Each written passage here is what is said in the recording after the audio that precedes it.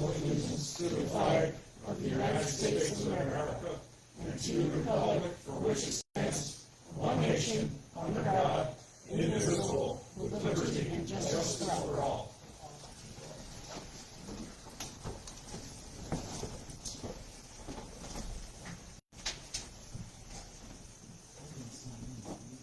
Just for the record, to reflect, all three of us and have done the oath of office with Jennifer. I don't think we're going to do a public one unless you guys want me to go get her to do it, but we've all signed the book and we're all good to go. And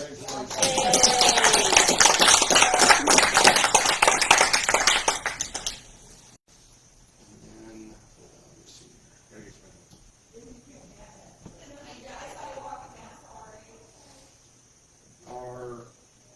we've got a bunch of resolutions on the agenda. Most of them are all just a formality, but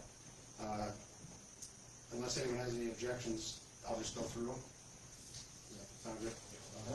All right, regular board meetings will be held on the first Tuesday of the month at 6:30, as they currently are. No changes there.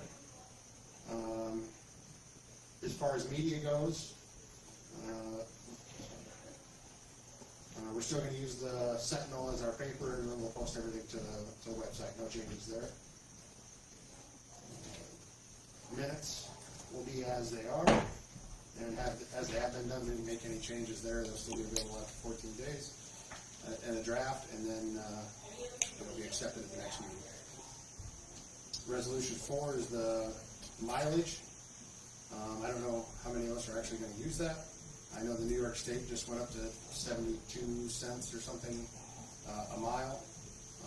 In my experience, that also includes like the ownership cost of the vehicle. I figure we all own our car no matter what. So my suggestion is 50 cents a mile. We can either keep that or change it. But I think that's more than fair to cover gas and wear and tear.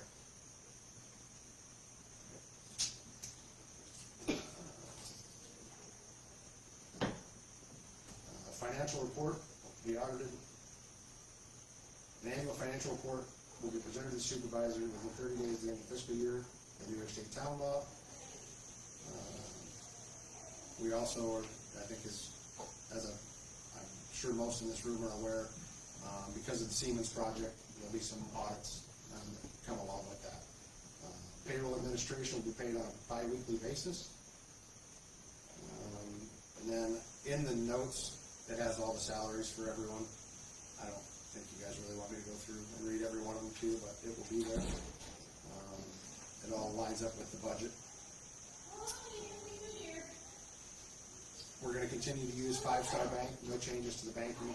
Everything that we have will stay there. As far as signature authority, it'll be myself, and then I'm going to designate Adam as the deputy supervisor. We'll get to that in the appointments, but didn't have it in the right order. But he will also have signature authority. Payment of expenses. This is one that I don't know if it's been done in the past, but we should do it. It just authorizes us to pay our bills on time without having to wait for a monthly meeting, and they have to be presented to us at the monthly meeting. In the case of like our utilities and mail, postage, those kind of things. And then as far as appointments, obviously I just said I've got Adam as the deputy supervisor, everyone else Jennifer as the town clerk, and our deputy town clerk Lori. Tax collector is Jennifer, register of all records is Jennifer, town records officer is Jennifer, and Carol, court records officer is Carol, court clerk Carol, assessor is Tammy Snyder. She's the assessor from 26 to 2031. Town assessor clerk is Jill Formilia. Charlie is going to stay on as the code enforcement. Fire and Karen has agreed to stay on as the historian. I think she does a good job of looking back behind things on Facebook. I really do. Sharon Knight will stay as the joint planning board for both the planning board and the board of appeals. She has agreed to stay on at that position. We have Jill as the secretary to the clerk of the board. Leslie is going to stay on as librarian. We're going to continue to use CPL as our engineer. lot of that is because we're so far down the path with Water District 5, it would be a lot of work to go back and redo that, and someone would have to probably redo that work. Jim Campbell has agreed to stay on as the town attorney. I have had numerous conversations with Jim. He is willing to stay on, and he's also willing to give us back his Tuesday nights, so he doesn't have to come to every meeting. So there may be some changes you'll see as we go through the meetings. If we have a legal question and he's not here to answer, we'll have to table that for the next meeting. We'll get an answer for you and come back. Sean, With his working with the Livingston County Water District as their attorney, has he assured you again, as he did us in the past, there would be no conflict between the town and the county water? correct. Yep. So he will represent us before he represents them, I believe that's what if needed, if needed. Yeah. Hopefully we don't have to get there.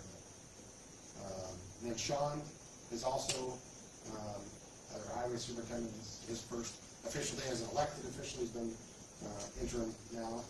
And then he will also continue to be representative of the county traffic safety board. Dennis Neiman will continue on as the Livingston County Planning Board representative. We can go through maintenance, and Brian and Dan will stay on as maintenance custodians. Let's see,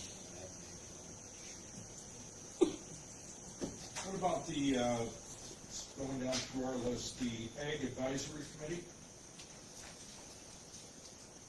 For Lima? as far as who's gonna be from the board representative for that, or, Well, both. okay, well, Mike Meaden has agreed to stay on, Okay. and then we can go through the other liaisons here. These are all just my suggestions, obviously they're open to discussion. As far as liaison to the Water and Sewer Authority, I think that makes sense for me to do that, just with the amount of probably work that's coming with the Water District 5.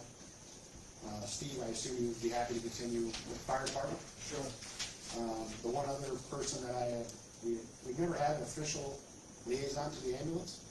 I talked with Mayor Skiptunis and Chief Rose, and they were both agreeable to that. And Steve, I was wondering if that would be something that you would be willing to do as part, since you're already working with the Fire Department. Sure. I left Ron with the Highway Department, and then as far as with the union, I figured that makes sense for it to be myself and Ron as we're going through the negotiations that he does with the Highway Department. Parks is still Ron and Steve. Library Board, Ron is going to continue with that, or at least he didn't come back and say, I don't want to continue with that, so. Steve with the Planning Board, Zoning Board of Appeals. And then Ag Committee, Adam, you want to do that? Justice to the Court, or to the Court also, Adam. I'll step in and help out with the Crossroads as liaison to that, and the Golden Agers. Chris, I know we talked, you wanted to do the Historical Society, and then Adam with the Be Well. Chris, the other one I don't think we talked about, but I was gonna see if you would be willing to take on and do the summer rec program. And then the liaison to the cemeteries. And I think that balances them out pretty well. I tried to go through and count each one, so not one of us is doing too much more lifting than the other. Any changes, recommendations to that?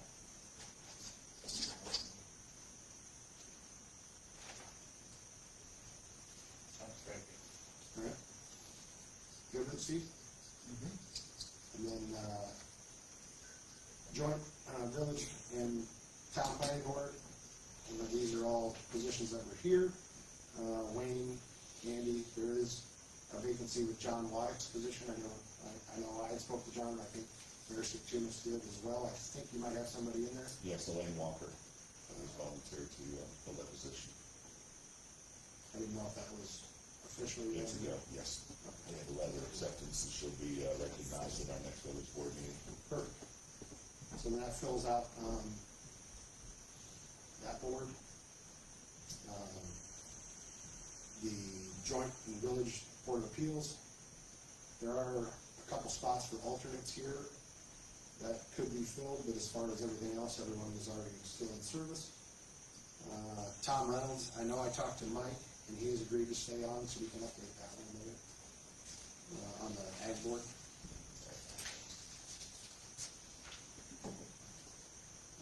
Oh, I'm sorry. Board of Ethics, is that what you mean? Well, Board of Ethics, I got ahead of myself. Board of Ethics, we have, we got to check with Tom Reynolds, and then there's a couple other folks there. We got a vacancy, obviously, or two, so that's one that we could, we're gonna have to really reach out and try to get, we should try to get that filled out. We have 2 vacancies, and then if Tom wants to stay on, or if he doesn't, then we have 3.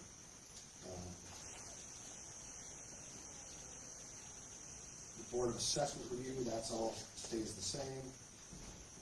Historic Preservation, we've got Fran, Robin, and Don, and then I think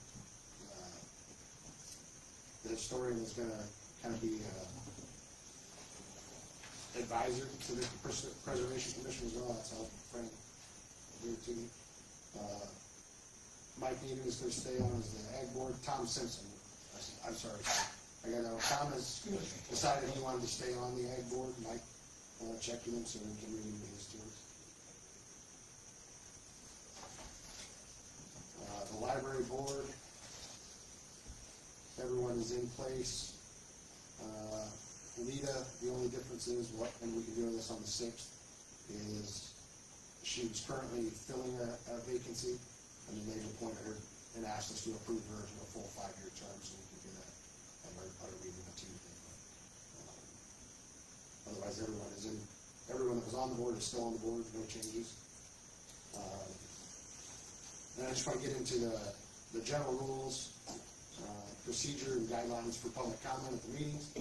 I know this has been a hot subject, so just want to make them all known so that way everyone is on the same page.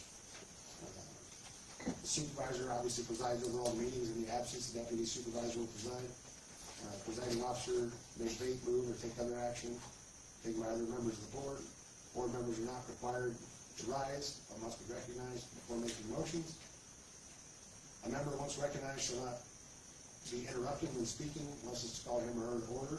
If a member while speaking is called to order, according to the agreed upon purposes set forth in this resolution, they shall cease speaking until the question of order is determined by a vote of the entire board. If determined to be in order, they shall be permitted to proceed. For purposes of process, organization, legal requirements, parliamentary procedure will guide the town board. There is no limit to the number of times a board member may speak on a question. Motions to close or limit debate may be entertained, but shall be required 2/3 vote of the board. Guidelines for public comment.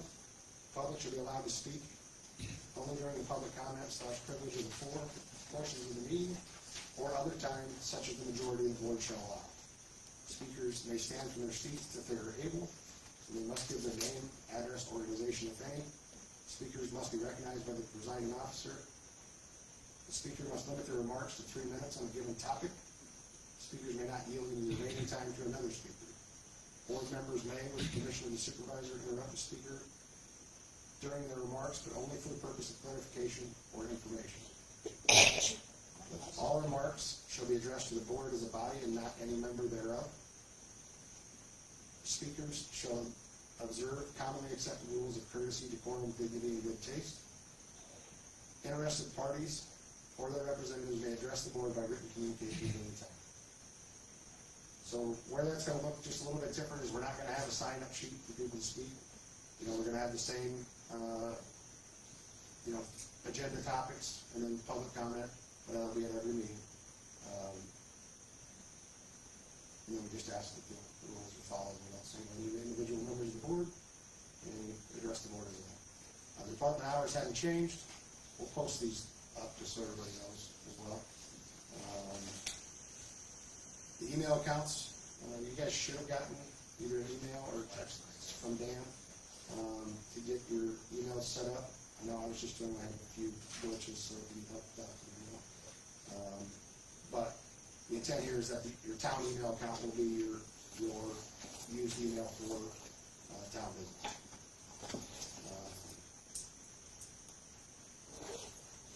manage your town website, emails and hosting. Those tasks are on delegated on the office of the supervisor. This one really just relates to Sean, but he resolved that the highway superintendent is on call 24 hours a day, 7 days a week. Council authorized the use of the town vehicle by said superintendent for travel to and from work, provided it is not used for more than incidental personal use. Mileage shall be recorded and submitted to the town clerk annually. And then the other one I think is worthwhile authorizing is the town highway superintendent for a purchase limit of $3,000 without having to come to the board. I think that's pretty much in line with our purchasing policy, but I want it to be clear that he can do those things and allow him to function without having to come to us every time. I believe that attendance for at least the three of us to the newly elected town officials training is important and valuable. So we have a resolution in here to authorize that for myself, Adam, and Chris. I think we've all even signed up for it, but and then I'd also think that the membership of the Association of Towns is valuable. They've been sharing information, and I sat in on a roundtable Zoom discussion with them. I think there's a lot of good information there, so I want to make sure that we have the boards on board with renewing that membership. And then we have the blanket undertaking for the insurance. And then the only other thing is we have to annually review the procurement policy. And I think I had Jennifer send that out to everyone, and we'll print everyone a copy to review, but it's required by New York State that we do so. That's everything as far as our resolution. So we can approve all those in one foul swoop if you'd like, or we can make changes. Make a motion, we go ahead and approve all the resolutions as presented for this date on 2026. Motion in a second. All those in favor? Aye. Aye.